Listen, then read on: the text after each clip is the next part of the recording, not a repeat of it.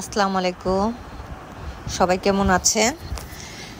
আজকে আমরা আমাদের বেরি সোনাকে নিয়ে আসছি বেরির আরেকটা ভিডিও নিয়ে।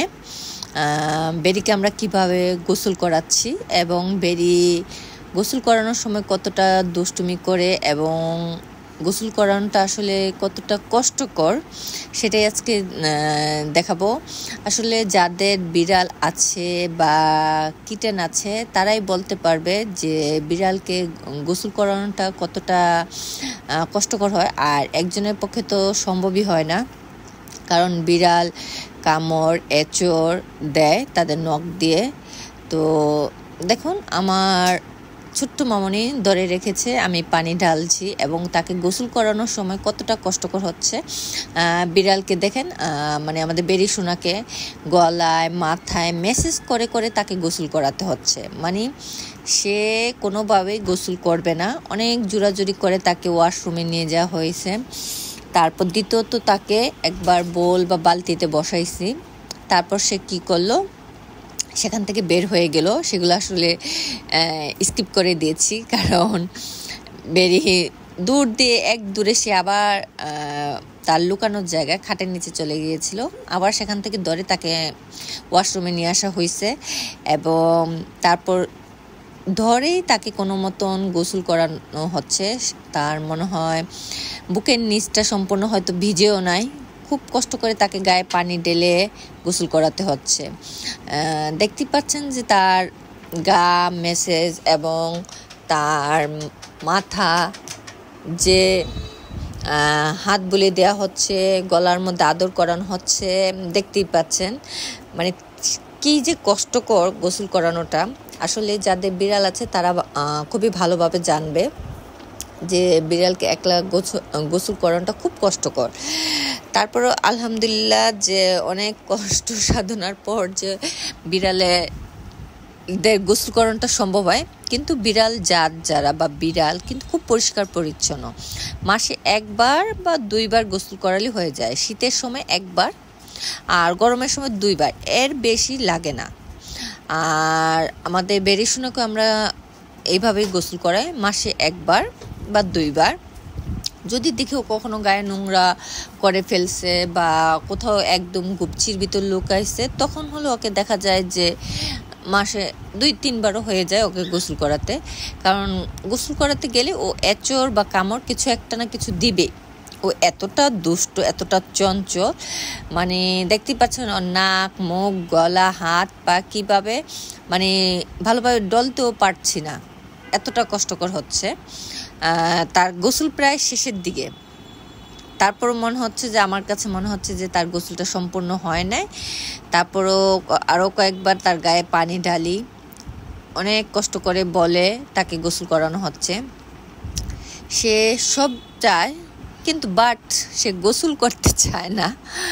তো অবশেষে আমরা একটা সময় বেরিকে গোসল করানো সম্পূর্ণ করলাম এবং কোনো মতন তাওয়ালটা পেঁচায় তাকে ঘরে নিয়ে গেলাম।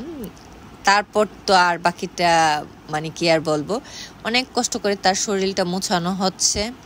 মানে গোসল করানোর পর বিড়ালরা আসলে এক দূরে কোথায় যে চলে যায় আমি জানি না।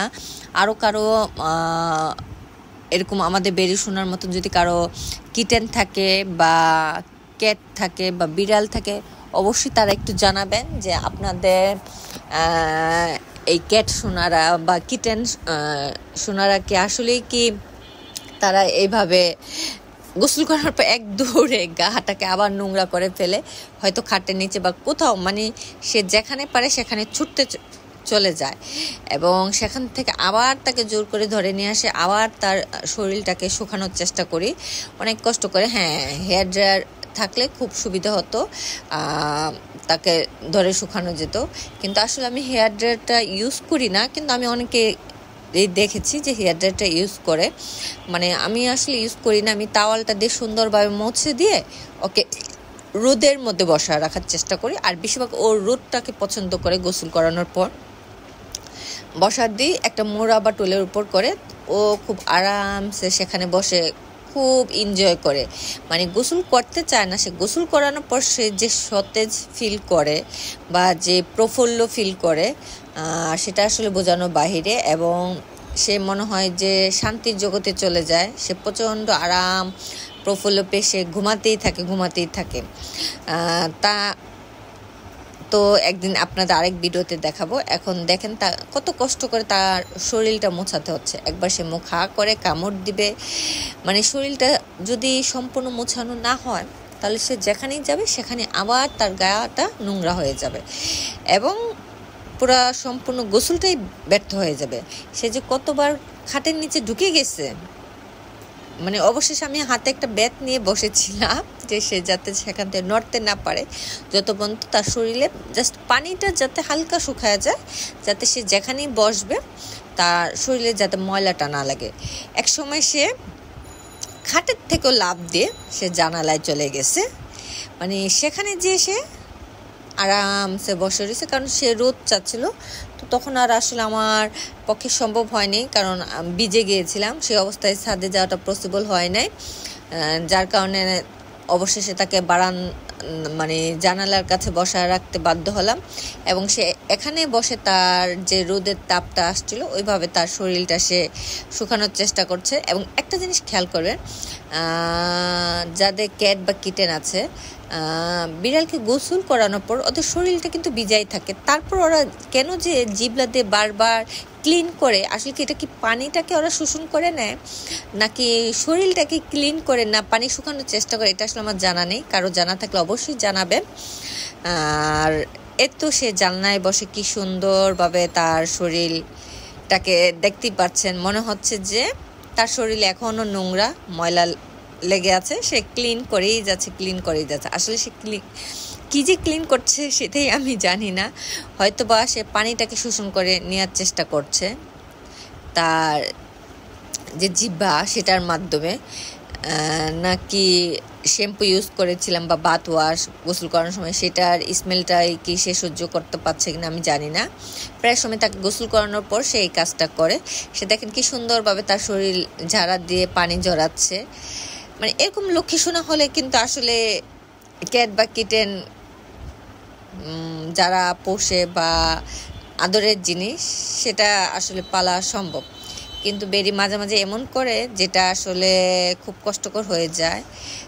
অবশেষে তাকে জানালায় বসে রাখতে বাধ্য হলাম, কারণ তাহলে সে আবার খাটের নিচে চলে যাবে এবং এক পর্যায়ে সে আবার গাটাকে নোংরা করবে, মানে আমার যে কষ্ট করে গোসল করানোটা সেটাই ব্যর্থ হয়ে যাবে।